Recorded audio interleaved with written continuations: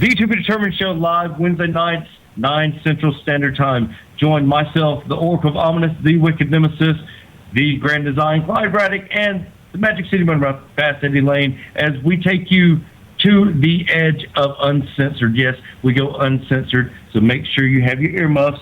Ask your parents, for those of you that are a little young, maybe under 18, but make sure if you have any heart conditions or any mental defects, please listen, because they may take effect right here live every Wednesday night, 9 Central Standard Time. Beyond Ringside Radio Network, beyondringside.com. The views and opinions expressed by the Oracle of Ominous, the Wicked Nemesis, are of my own and no one else, nor do they reflect Beyond Ringside. So, ladies and gentlemen, due to the graphic nature of this program, listener discretion is advised. 10, 9, 8, 7, 6, 5, 4, 3, 2, 1, 0.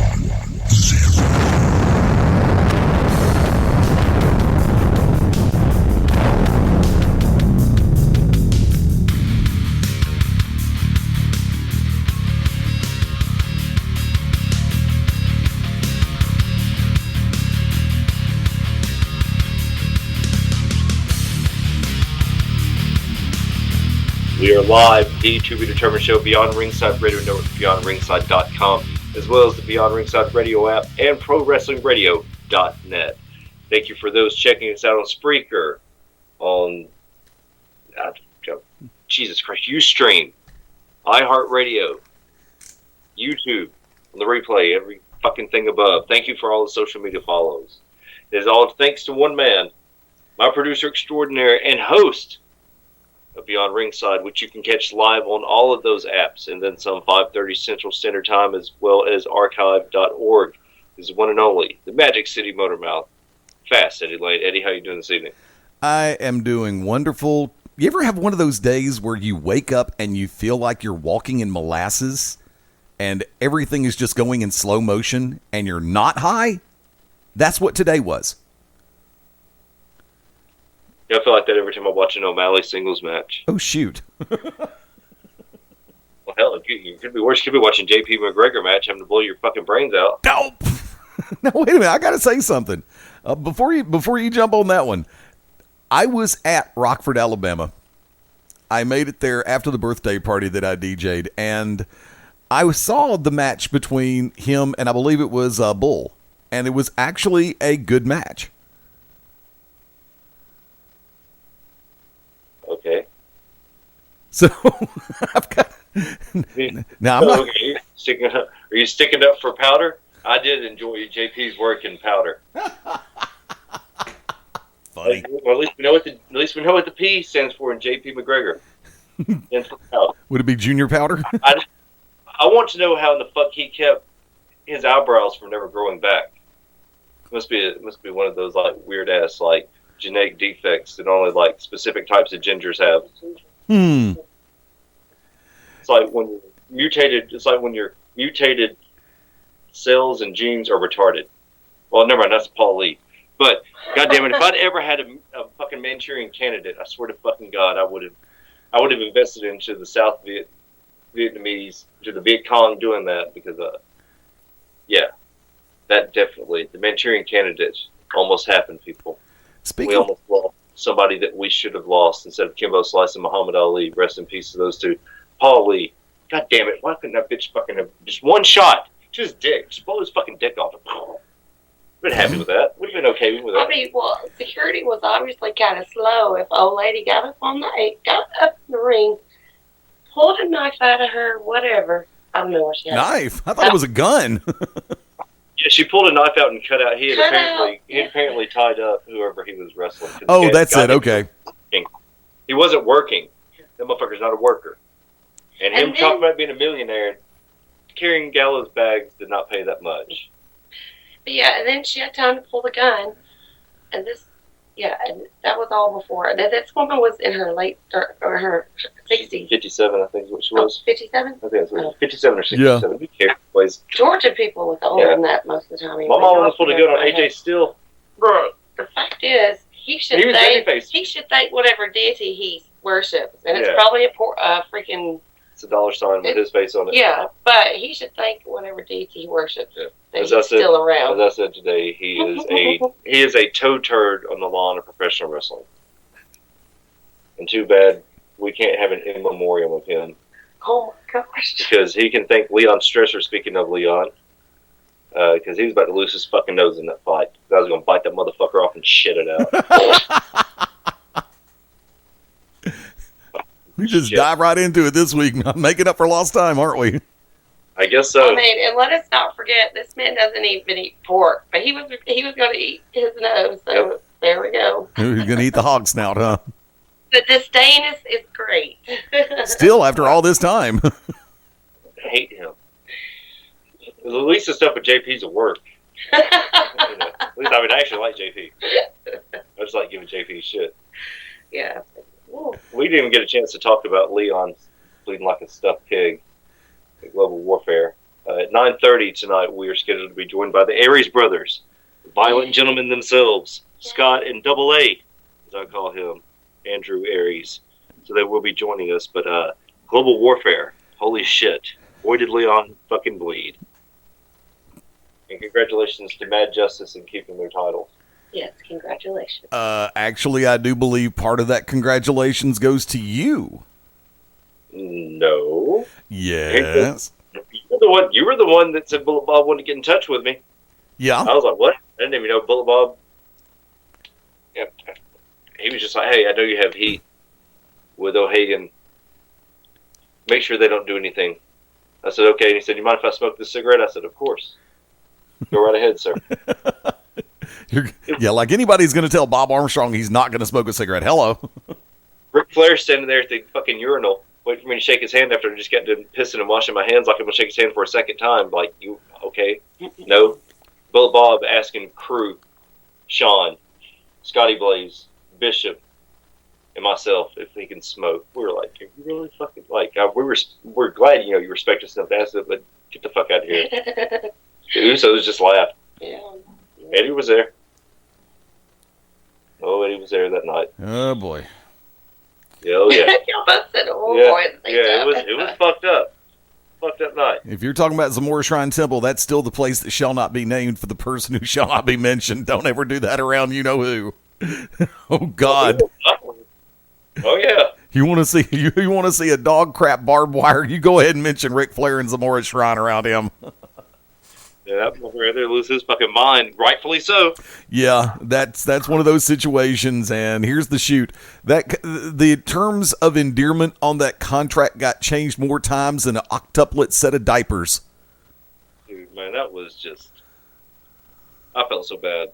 I was like, I didn't even know what to do. Like, I was just like, so you want to smoke a joint? I didn't know how to, I mean, hell.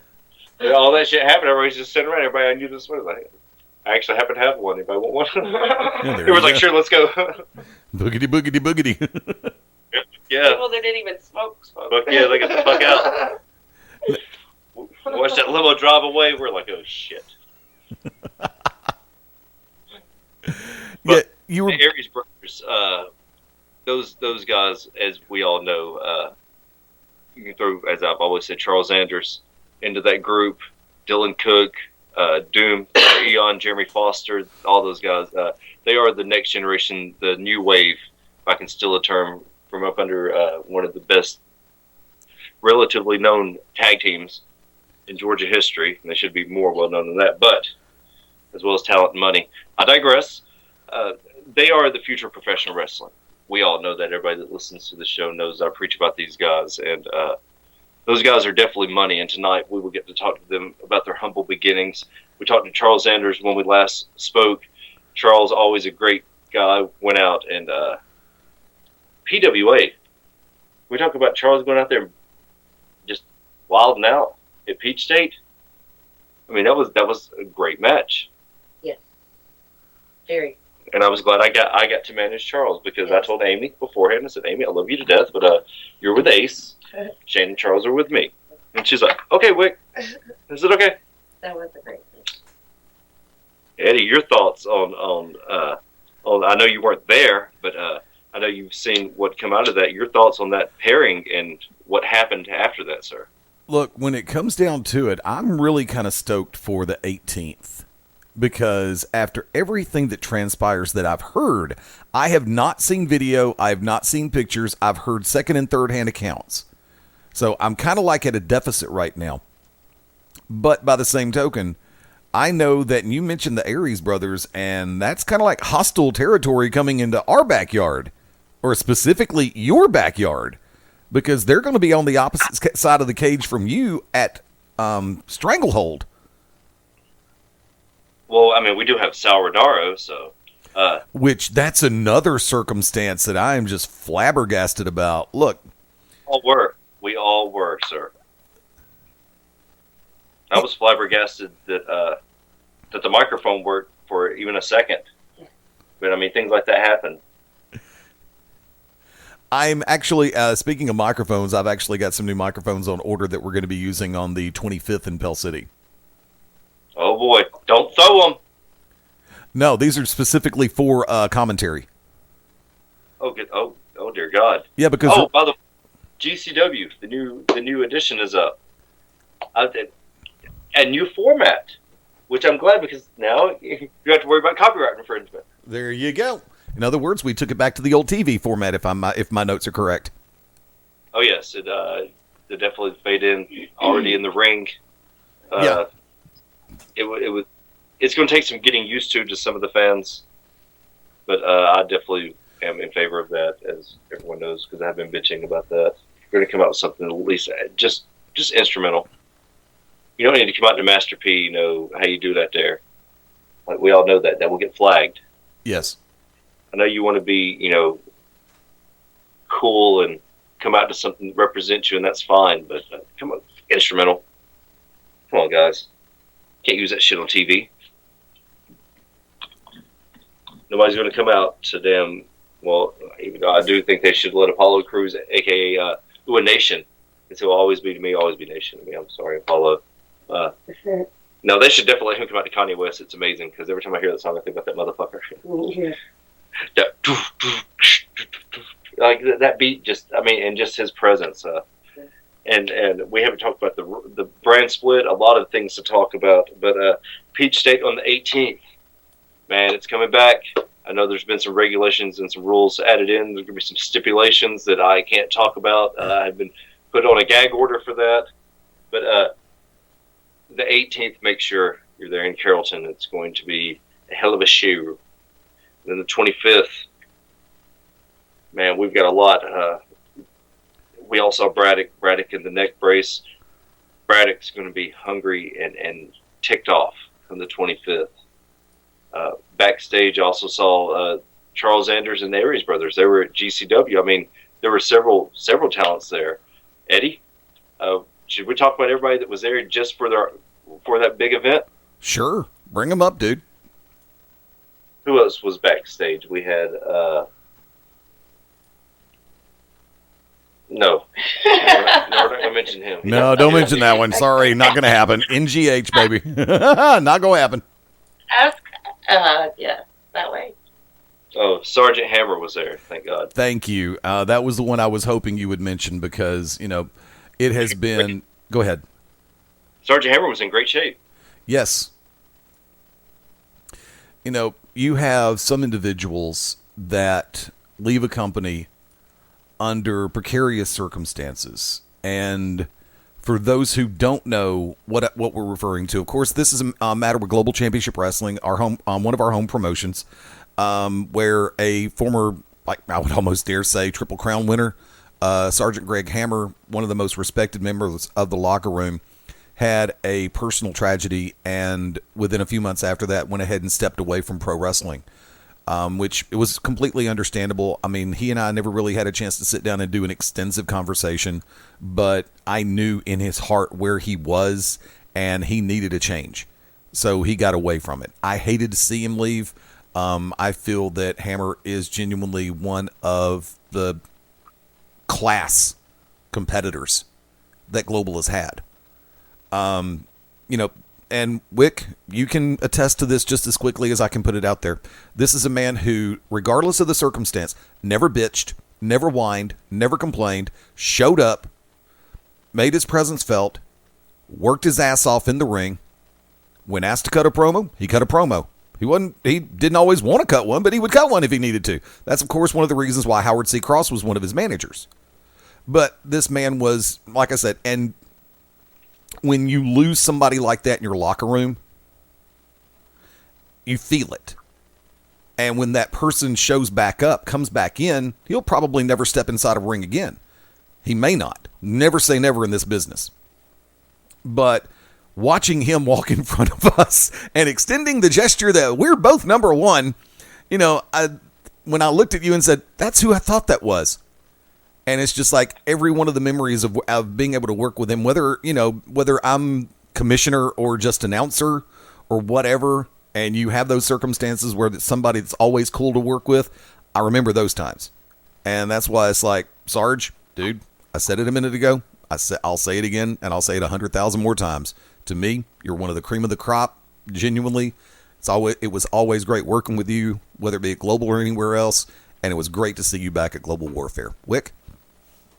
Oh, I actually got to speak to Hammer, and we were talking about when Bishop and I first broke into the business. Where I am today, and Bishop, of course, being a fucking waste of fucking talent. We were tired. And Hammer, doing his thing. Hammer was always nice to us. He saw potential, as everybody was. He wasn't scared of Bishop, but he definitely knew that Bishop was going to be money. And I told him he used to have a manager. It was, of course, some kind of fucking act bar, some stupid shit. Okay, that's a trap. I used to tell him, I was like, he was always super cool to us, but his fucking manager, I told him, I'll rip out your goddamn fucking intestines and shove them down your fucking neck. I don't give a fuck about you. You're a fucking piece of shit. You're fucking not even a manager. You're a goddamn valet. Fucking Johnny Slaughter pulled me aside. He's like, yeah, one time that guy was a badass. I was like, now he's a fucking piece of shit. Get the fuck out of here. And Hammer was always super nice to us. That was my first foray into wanting to whip somebody's ass in professional wrestling. But just one of those guys, like, if you show respect and then everybody wants to shit on you, what you're going to do is you're going to get shit on literally. Right. With Bishop and I, so I had to let him know. I'll fucking play that shit. Like, you fucking 40-something years old. I'm 26 at the time. Just did 7 years as a bouncer. I will fuck you up. Get the fuck out of my face. I know this is a work, but this isn't going to be a work. Show my size 15 military boot up your fucking ass. But Hammer was a super nice guy. Hammer used to do a fucking moonsault off the top rope. Yep. He got fucking swanton was his finisher for years, yeah. Wow. Fuck yeah. Hammer get his big ass up there. I'm like, Hammer, you gonna fucking die. We used to call him Hammer Time. When he was one of those guys whenever we first got on the road.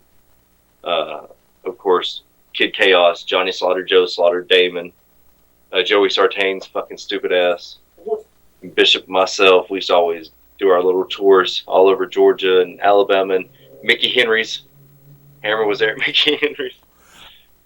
Goddamn Cow Palace. I have to do this. No, you don't have to do shit. You mentioned Mickey Henry. But for Hammer for a second. Sir? You mentioned Mickey Henry. Yeah. This past Sunday, and I know what you're going to say, but hold off. On BR Live, actually, the first time I've heard from on air from Chris Knox, now known as Chris Butler, since he's made the move to mixed martial arts, as well as former NWA Women's World Champion Tasha Simone. And one of the things that they passed along is later on in the year, there is going to be a Flame tribute show up in that neck of the woods. If you know of what I speak, and I know you do because you were there. So I don't know if you've, it's from what I've been told, things are still in the formative phase, but I believe the date is going to be in October. So I know that when it comes down to it, you will probably want to be a part of that, just for old time's sake and S's and giggles. I'll take that as a maybe. It's going to be the first Saturday of October. Is going to be the Frank Barnhill Memorial event. It's going to be in Mumford, Alabama. Right. And it's going. Yes, I am definitely going to be a part of that event. We will discuss that as it comes closer. I'm helping out a little bit, getting a few people lined up. If Knox wants to say something, he just needs to show his big ass up. And that would be Scott Aries hitting on my Facebook. For those who heard a ding, this is live radio, not a podcast. Thank you. Shit. But yes, the Frank Barnhill Memorial is going to be a big event, and we look forward to it. And I will release some of the names that are going to be involved as it gets closer, because there are going to be some names a lot of people are going to be like, what the fuck? Yes, that's going to happen. Well, actually, I know he's already mentioned this past Sunday. He mentioned Damon Christopher is going to be there. Damon Taz. Not in action. He will be there. Correct. He said word has it that Johnny Slaughter is going to be a part of it. Yep. And like I said, I'm looking forward to seeing how everything unfolds. Also, there are talks right now to having like a Hall of Fame induction ceremony the night before the event. So we'll talk about that as that gets closer as well. As the inductees are notified, I will let everyone know. And that will be a View to be Determined show exclusive. Because I have made decisions. Even if my vote, of course, goes to Bullet Bob. Bullet Bob, of course, has to be a number one if we're doing anything with Alabama wrestling. Yeah. Number two has to be Johnny Slaughter's Ego from 99 to 2006. That gets its own little slot. Dan Sawyer's Chain gets a slot. And of course, I mean, we have to include it. We have to include Eddie's microphone in there as well. I thought you were going to say the vest. No, That, you know what? That should be a bonus item, Eddie. I'm just gonna have to take. Yeah, I we have to have that agree with bronze. that. We have to make Eddie a bust just so he can hold the microphone and wear the vest. Yeah. I like that. Yeah. But within the next few minutes, we will be joined by the Aries Brothers. So what we're going to do is we're going to take our first break of the evening, and when we come back, we're scheduled to be joined by those two violent gentlemen themselves right here on the To Be Determined Show live, Beyond Ringside Radio Network, BeyondRingside.com, and Beyond Ringside Radio app and ProWrestlingRadio.net.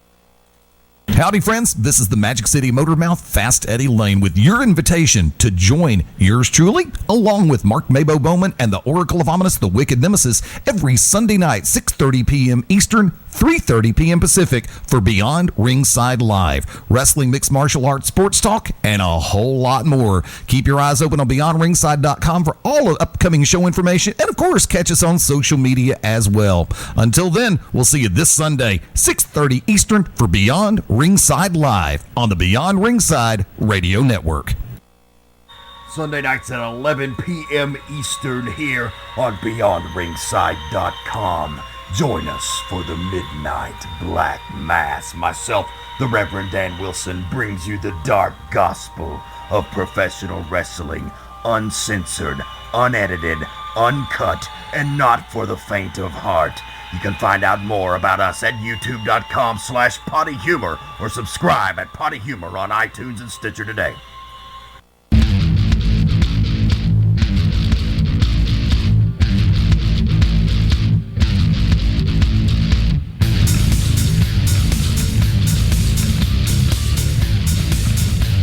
Very rarely do you get a chance to talk to a succession of young talent. We've been able to do that. We had Charles Anders on the last time that we were live. Charles talked about his career and where it started, where it's going, where he wants it to go. Of course, there's a couple names that I've always mentioned with Charles from myself, and we're also mentioned in that interview. Tag teams come and go. Tag teams also tend to be the ones that the fans gravitate towards the most. Now, it's very hard to keep different storylines going. It's very hard to keep what you're doing in one promotion going on with another, going on with another, going on with another, which is good because that means you're working different promotions. Because if you're able to keep all your storylines together, that means you only fucking work in one place, and that's not how you get anywhere unless it's the WWE. And apparently we live in a fucking castle, and when you open the door, it's like opening up a fucking goddamn sarcophagus. Now, there's certain tag teams out there that when they do make an impact, when they do go to promotion, they know how to make everyone remember them. And we have one of those tag teams tonight.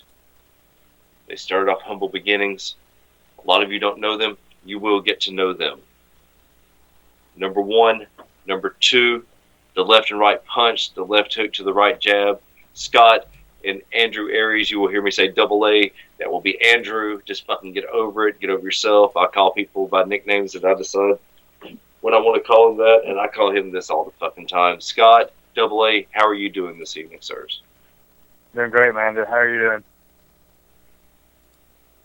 I'm doing fantastic. We're going to start right off the bat. Scott. Yeah. Where did it all begin? Where did Scott Aries start off, sir? Well, man, started before training, to be honest with you. Before I ever got in the ring to train, it started with me and my brother just pretty much kicking the crap out of each other every day after school, whatever it took. We just went home, hit each other, slammed each other on the hardwood floors, or on trampolines, or wherever it may have been at the time. It all started after a couple of years doing that. We had a birthday party set up for my stepson, and we rented out a ring at a local wrestling ring, local wrestling show.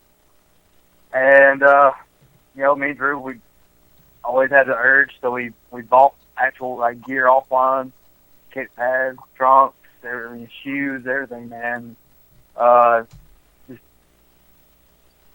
felt like we were going to put on a wrestling match for the kid's birthday. And I went out there and just kicked the crap out of each other. I mean, I probably never had my butt kicked so bad when it's supposed to be, in the ring. Now, hold on, time out. Stop the fucking shenanigans. Hold on, time out. I know you're a godly man, and Scott doesn't cuss. I've never heard Scott cuss, I don't think, but I cuss a lot. They know this still, and I apologize, Scott. Scott's kids over there like, Daddy, what is that? He's like, shut up. Don't listen to Mr. Wicked. He's an asshole. Assholes in the Bible, you can get away with saying that. Leviticus 24:7. Now, you guys in gear you bought offline look more like wrestlers than most of the people that claim to be heavyweight champions and workers in that area. So go ahead with your story. I respect the team, man. It's a holy place. Holy dragon. You wipe your feet before you step in it. It's holy. Right. You have to look the part. Scott's goddamn human cannonball. Scott may be a mutant. I'm just saying. Like, Andrew looks like he's chiseled by the goddamn fucking rock. You see, Scott will punch you in your fucking teeth. And you wouldn't even know what hit you. Jesus Christ. Motherfucker's got 7 lives. Go ahead, sir. But yeah, man, got in there. We just beat the crap out of each other. The promoter actually just eavesdropped on the match just to see us kick each other's butt, pretty much. We put the coin for that day just to see who would win. And of course, my kid's birthday, I still lost. I mean, that's kind of my luck when it came to the two of us. The better man always wins. So, anyways, the guy talked to us after the show. He's like, I think y'all like y'all had fun. Talked to us about wanting to come train. This is, I'll throw his name out there, Mickey Henry at Boaz. Not much of a place to look at. But at the same time, man, I can't talk bad about what he taught us. I mean, basically what he taught us was he taught us how to bump, taught us how to do a lockup, and just how to run the ropes, man, and get in and out of the ring. But other than that, man, it was all just he threw us in the ring. We learned from there. Started out as a tag team and pretty much just traveled together as a tag team. Of course, circumstances got in the way of it for a little bit, so I had to fly solo. But after so much time after the injury that Drew went through, they got us back together, and we're trying to hit hard, hit fast, hit hard, try to get somewhere. No, Double A, you are pretty much the guy that everybody points to that says, you know what? When it comes to certain individuals, you may not want to fuck with him. But I want to find out how did the first day of training go? How did the first day for Andrew Aries to transition to what you are today? It came pretty naturally for both of us. We picked it up really fast. I mean, it was literally a month and we were in the ring with guys, 10 years into the business, learning everything we could, soaking up like a sponge. I mean, always learning. No matter where we're going, we're better than nobody. There's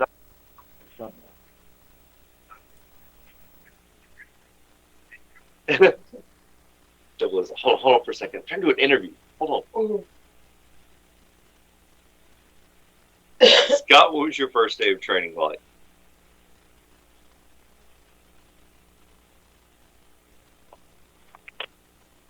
Yeah, there you go. See, they're back. Are you there? Man, sorry, you're go ahead. What was your first day of training like? Well, we started off taking back bumps. Was the first thing he taught us. And then we moved on to that pretty quickly because we picked it up. It was like 2. And he said that was great. We were natural. Then it was just your, flip bump. We just kind of worked on the basics, lock-ups, a little bit of chain stuff, getting in and out of stuff, transitioning. Then he worked with things like some suplexes, or as he likes to call it, suplex. Still bothers me to this day that he calls it a suplex. Jesus. But no, it was a good experience. It taught us, it's not as easy as it looks. Even if it does come naturally, you still got to put in you got to put in the hard work, or you're never going to get anywhere. Now, you guys also have a bit of a background before wrestling. Talk about your background before wrestling, Scott. To be honest with you, man, I didn't have much of a background. I'll be completely honest. I just had a love for the sport from the age of 7 years old, watching on TV, saying these guys are rock stars. I want to be one of these guys. So going through high school, we went to a high school where they didn't have a wrestling team or anything like that. So I tried doing the next best thing. I did sports. I did football. I did as weird as this may sound, I did a show choir where it taught me how to follow choreography and how to multitask and stuff like that. Man, I was always taking steps that's going to help me in this business, whether it was a small step or a big step. It was just whatever I could do to get a heads up. I did it, man. I mean, and of course, I'll go ahead and throw this out there because of course it's like the elephant in the room for me personally. I'm a short guy. I have a chip on my shoulder, and when I get in the ring, I'm people talk about working and swinging. I'm swinging because I have to prove myself. I have to overcome each and everything that gets in my way.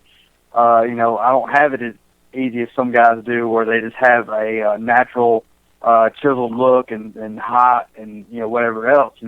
I'm a grizzly dude. I don't have a baby faced look. I'm not the most in shape, but I feel like I'll kick anybody's ass that gets in that ring with me. Who the fuck says you have a face look? And not that. I mean, I see myself in the mirror. I do what y'all see, I guess. But like I said, man, I've always had a chip on my shoulder.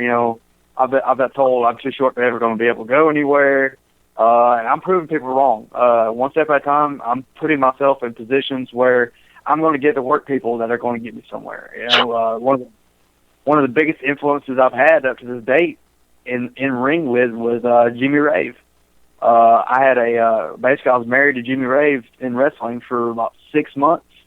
Every Friday night I was basically wrestling with Jimmy Rave, and I learned so much through that. And it's actually turned me into basically the character, the wrestler that I am, because I'm not a powerhouse. I'm not a striker. I'm not a spot guy.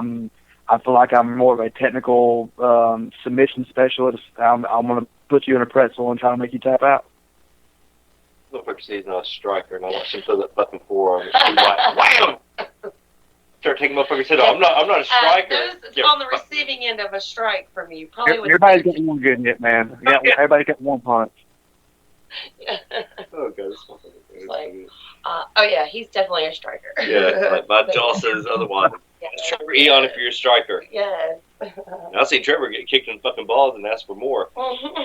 He'll say something else. Man, I'm crazy, man. Like I don't do all these hardcore matches or whatever, but I'll take one good bump once every now and then. Oh yeah, we know you're one good bump. You're done for the year. Yeah, you throw it out there. The Iron Coffin from Pro South from my match with Trevor afterward. Of course, you know the backstory kind of gets a little fuzzy on here, anyways. But you know, it was something that could have permanently hurt me. It could have.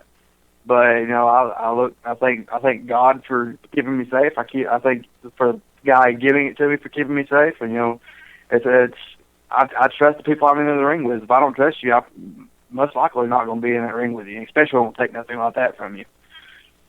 You should thank him for those mutant genes too, because honey, that's the only thing. that was yeah. Yeah, that was but a testament to your athleticism, to everything that makes you what you are. I mean, you just bounce back up. And Andrew's done with power bombs for the year as well. Oh, absolutely. Double A.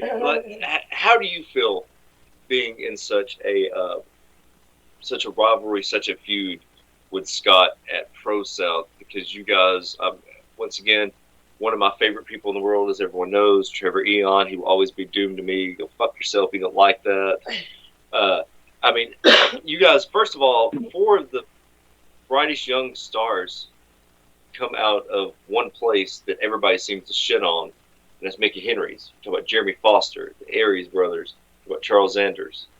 And then you have Doom, which started with Micah Taylor. You have Dylan Cook, who of course started with Mad Dog. So, I mean, you're looking at quite the generation. But Double A, how do you feel about being in such a feud with Scott at Pro South? Because you powerbombed him through the tables. What do you call it? The iron coffin?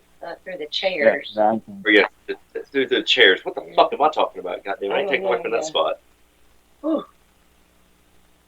Well, to be honest, it's kind of a dream come true. Hoping to be able to do it on a bigger stage very soon. I'm very thankful for the opportunity. It's going to allow us both to grow, and we're just going to beat the hell out of each other because we don't have to pull anything. Nobody's going to bitch and complain about, oh, you hit me in the face. Tough shit. It's part of life. It's part of the job. You have to take a beating, but it's fun, and it's satisfying, and I love it. There's nothing that gives me that rush, like just stepping in that ring, especially across from my brother. I mean, it doesn't get any better than that. We're going to tear it down, man. It's just going to get bigger and better every time we step in the ring. Guaranteed. How do you feel and how much influence do you have with your quote-unquote war gimmick? I actually have a lot of input on it. I'm the one that came up with the gas mask and the whole, the mannerisms on how I move when I come out, the persona. It's progressed a lot from what it was initially, but I think it's about to change a little bit. I've got a few ideas on what I'm wanting to do with it. Change it up, kind of just rebuild it, become something different, evolve, so to speak. Because, my style's aggressive. I'm coming at you. I don't care if you're bigger than I am, smaller than me. I'm going to treat you the exact same. I'm going to hit you in the mouth, and I'm going to drop you with that knee. It's going to be game over. I'm going to find a way. If I have to cheat, I don't care. I'll do what I have to win because I have to get farther. And, I'll do everything I can to make sure that they look good too, but I got to get mine. I don't want to sound like a dick about it, but, we're all trying to get somewhere, and it's our job to help each other as best we can. Scott, your gimmick is more of a gladiator, no nonsense. He's pretty much a badass. Just go ahead and say he's a badass. Yeah, you'll take an ass whooping to give an ass whooping. how did that gimmick come about? Because obviously you're not going to fucking just jump into wrestling and be like, you know what, I'm going to be this gladiator fucking gimmick. You're wrestling. Like I said, growing up, wrestling and everything, there was always a couple of guys that stood out to me, and one of them, who, you know, I liked him because he was a smaller guy, Petey Williams. He had a Canadian strong gimmick where he used the flats and everything, and I loved it because it was something different. You know, at that time, I believe he was the first person to use something like that, and I wanted to do my own thing, you know, and so I took that idea and I became, you know, the idea was to be the American Spartan. Growing up, I loved history, so I one of my favorite places about learning about was the Spartans and how they did their training and how they worked together as a group for war and stuff like that. So I came up with the American Spartan as a gimmick. And I ran with it. I tried getting as much out of it as possible. And then of course the Aries last name, you know, got a war. So I mean, what more perfect thing could I be is a American, you know, of course, and then a Spartan, someone who a kick-ass freaking warrior. They're trained from being babies to learning how to fight. So took that, man. You know, you fast forward to now, and you know the Aries Brothers together. You asked Drew how he thought about it being across the ring from me, and I was sitting here thinking, I was like, man, we've always wanted to be against the ring, across the ring from someone to make us better, which is why we're enjoying going to the fact that we're at Peach State right now, because they have so much talent that we can get in the ring with and get better. At Pro South, we've been up against the guys. You know, right now I feel like there's nobody else in that locker room right now that's going to better me than my own brother. He knows my moves. He knows how I move and everything else. He knows how to reverse everything. So it's going to make me have to work harder to try to get anything on him. But I mean, like I said, man, it's just we've always wanted to get better. I don't think we have a good mindset of we're never going to be able to learn everything. So we just got to take what we can and run with it, and until something else comes along and eat it up too. Now, you two and Charles Anders are kind of inseparable. You guys train together. You guys eat together. You guys watch a lot of wrestling videos together. How much influence do you guys have on his gimmick, and how much influence does he have on yours? Because, blood bleeds into blood, but when you have someone that is like blood, they tend to also permeate and bleed into your thoughts and into your gimmicks and into your influence and influences on you. Scott, you first. Basically, Charles is our bitch. No, I'm kidding, man. That's a fair assessment. No, man, we grew up with Charles too, man. Like, we went to school and everything together. We grew up around the city together, and we try to give each other the best input, possible. Like what we can do well in the ring, what looks good, what don't look good. Even if it comes to attire, what our body, what looks good on our body and what doesn't look good on our body. We just, the whole goal is to help each other out. We want to help each other make it big. If one of us if one of us made it to a certain level, that guy's going to bust his ass to get the other two there. We're kind of to the point now where we're not going to leave anybody behind. We're going to make sure we all succeed together. We're all going to make it together. Might not be all at the same time, but it's going to all happen. Charles Anders, man, I honestly, I got no disrespect to my brother here, but I feel like he's the better one out of the three of us. He's the most talented one out of the three of us. He's got that white meat baby face look, man. He pretty much just do whatever it is he needs to do. We get in the ring, we get to train with each other, and he surprises me doing things. Like, he teaches me things, I teach him things. We were all, to be completely honest, we all pretty much trained each other to this point. Besides the guys that we get in the ring with that train us in matches.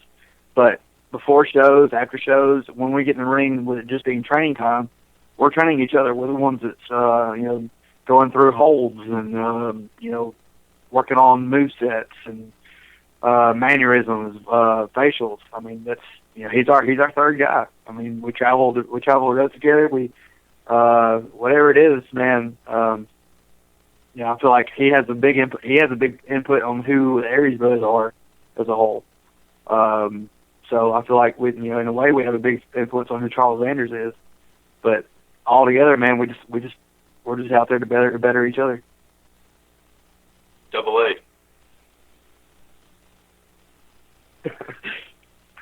Scott pretty much covered all of it. I mean, we're all in this together. One way or another, we're all going to make it. We started day one together, and 10 years down the road, we're still going to be there all together. Riding the roads, if that's where we're at, wherever we are, we're going to bust our ass day in, day out to get better, and get to the next level. That's what it's all about. Every time we step in the ring, we're looking for an opportunity, and we're going to seize it. Any chance we get. Doesn't matter who it's against, where it is, we're always going to give 100%. We are very honest with each other. If something looked bad or wasn't good or we didn't like it, we'll tell you straight to your face. It's just a respect thing. We don't try to sugarcoat it or you're like, yeah, man, that was good. If we didn't see it, we didn't see it. But we're going to be very blunt with each other. That's just how we are, how we've always been. If something like crap, I'm just going to tell you, hey, man, that's just my personality. No disrespect, but you might not want to try that again, or you might want to work on it before you use it again in the ring. Just little things like that, I think, overall, is what makes us so solid as a unit, There's not two other guys I would rather be doing this with. I know I can trust them, they've got my back, and we're always looking out for the best interest of all three. And when Scott said facials, he meant facial expression. Nobody got that. Go back and rewind. Scott. We're working on our facials. I was like, expressions? Expression? Yeah, expressions. Facials. Internet? Interweb. They're going to roast us for that. Now he's who's bitch. How do you think we stayed so young? Is it baby face me? That one, yes, Exactly. that one. Yes, Ozu Lender. We get a good manager out there helping us keep us on track when we mess up, man. We're going to keep lobbying for you, Wig. Just hang in there. Oh, I know. This was such a great interview. They just fucking took it there. I know, yes. They just fucking... Aries Brothers entrance music. Tell everyone what it is, who performs it, how it come about. Is there really a set entrance music at this point? Now, man, right now, like we're really bad at settling on something. So when it comes to music, man, a lot of times we'll get to certain shows and we're like, man, whatever you got, just play it. Like we care, but we don't care. When it comes to something that we want personally, but we want something, something that's got a good beat to it, something it's going to get us a little bit of pump behind us going out the door. No one wants to just walk to the ring with a love song going, We're just and he's the only one I know that can pull that off. But you got to have something that goes with the look, goes with the gimmick, something that just sets the tone for your personality before you ever hit the ring. I feel like it's a gateway for you coming out the door. I got told not too long ago that the first thing people are going to look at is your looks. The first thing they see. That's how important it is. Second thing is your mic skills, how well you talk, and then the third thing is wrestling. And you want to look at it that way. Entrance music just is a introduction to all three of those. I have been using the song Radioactive, which I've pretty much come to absolutely hate now. Worst mistake of my life. But at the same time, man, like, it actually plays into a little bit of the character because it talks about being a new age, just being, the new guys coming in, time to move on with the out, and welcome the new era, the Aries era. So, like I said, man, we don't have anything set. We're still working on it with us. Like, that's basically all we do on the way to shows. We listen to music. We listen to, maybe some wrestling stuff every now and then, but for the most part, it's music saying, hey, what do you think about this song? What do you think about this song? It's like, I hate it. Next. So, no, man, there's no set music. But if you got something, you throw it our way, we'll listen to it. Lord, you just said the wrong word now. Oh, Lord, I know. As soon as he started saying that, He probably already has the song picked Yeah, up. I already have. You're just that into music. Good. And Put it on, man. We'll listen to it. yeah. Well, they're very distinguished, so it has to be something that, distinguished and violent. We're gentlemen, man. Like, we really think that Exactly.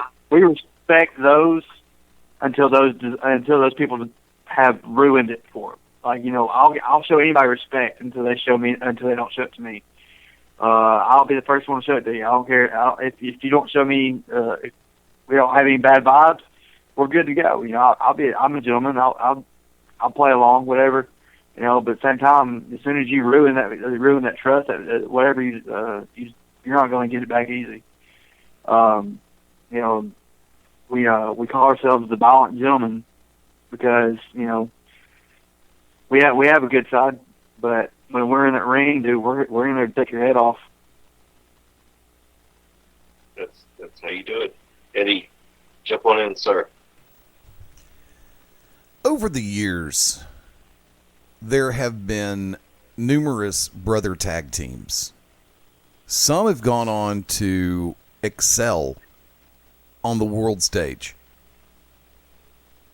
and others have gone on to excel at a high level without making that world stage. Do you feel any additional pressure for your teamsmanship when everybody realizes the fact you are brothers because of the way brother tag teams have been touted in the past? Scott, I'll go to you first. Now, I don't necessarily feel pressure from it. I just take it with in a way a grain of salt. We're just, regardless if we're brothers or if it was me and Charles Anders the tag team, whatever I'm doing, I'm doing it to be the best I can be possibly at it. As for me and Drew being brothers, I think sometimes we get on the same wavelength. We know what the other's thinking. We're around each other that much. As far as it goes for the mainstay area, the worldwide publicity and everything else, man, I welcome it. If people want to put more pressure on me, go for it. I'm gonna take it on my back. I'm gonna keep going with it. I'll bear the burdens of the world, and I'll still put one foot in front of the other and still carry on. Andrew?